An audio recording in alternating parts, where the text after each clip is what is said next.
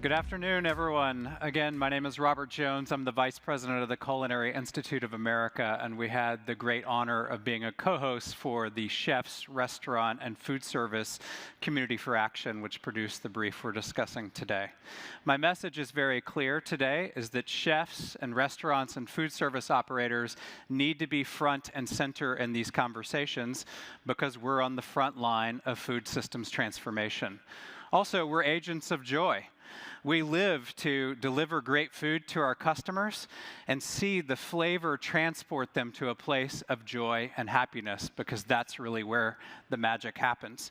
People learn what they love about food in our restaurants, and then they take that home, they take that flavor experience home and try to replicate it.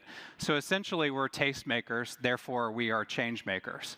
And that also means that we have tremendous power to drive a change upstream in the value chain.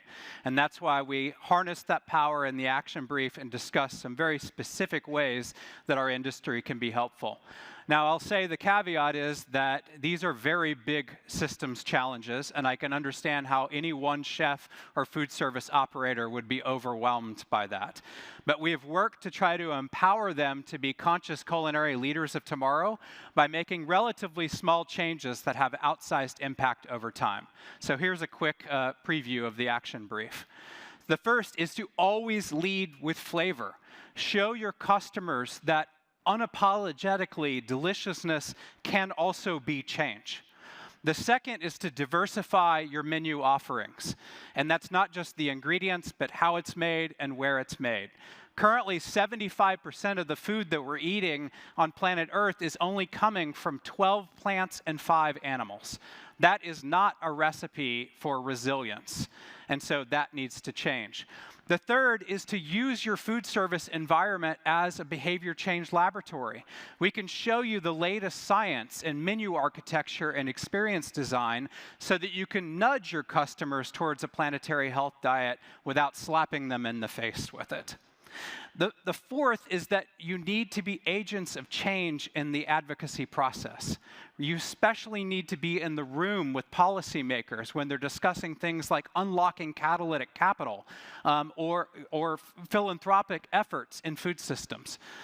The fifth is that we need to make sure that we're looking at portions as a lever of change, and chefs have a very specific role here.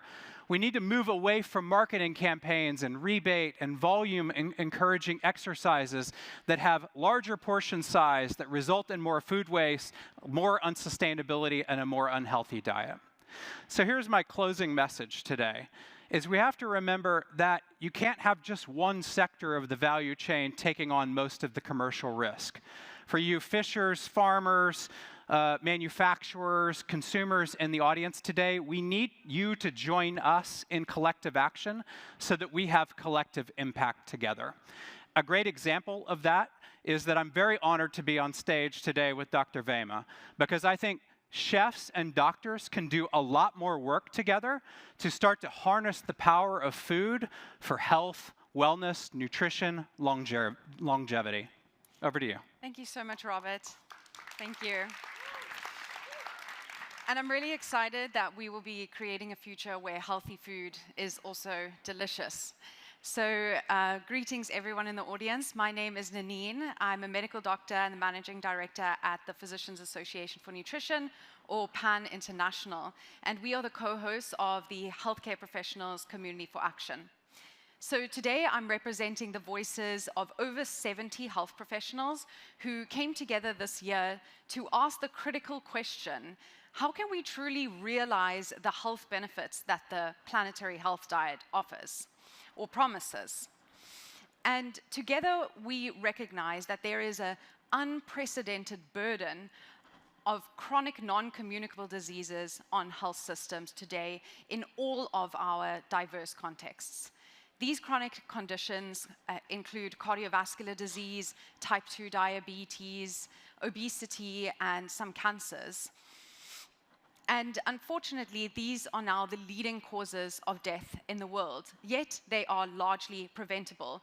So we desperately wish that we could spend more time preventing these illnesses instead of only working on treatment.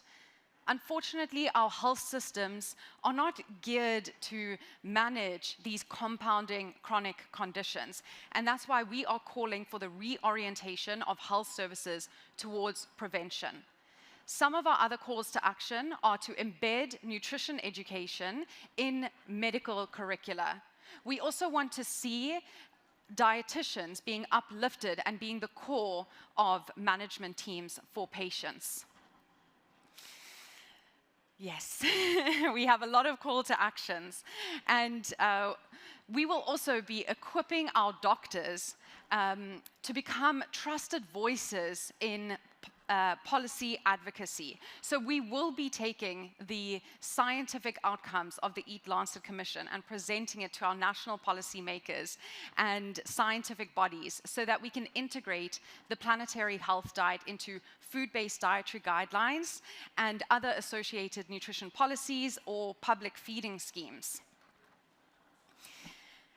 So you can find many of our amazing stories of progress published online, and we're really excited to advance our food as medicine approaches by bringing together doctors and chefs, especially in the context of health systems and hospital kitchens.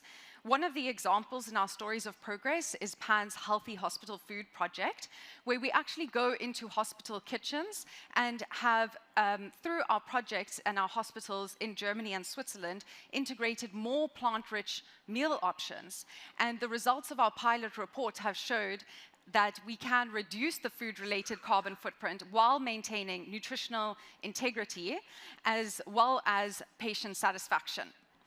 So while our action brief is published online, and I invite you to read our action brief, we also recognize that the work is far from over. If you are a health professional in the audience, I invite you to join our Community for Action as we take this forward. Thank you very much. Thank you. Thank you. Nanine and Robert.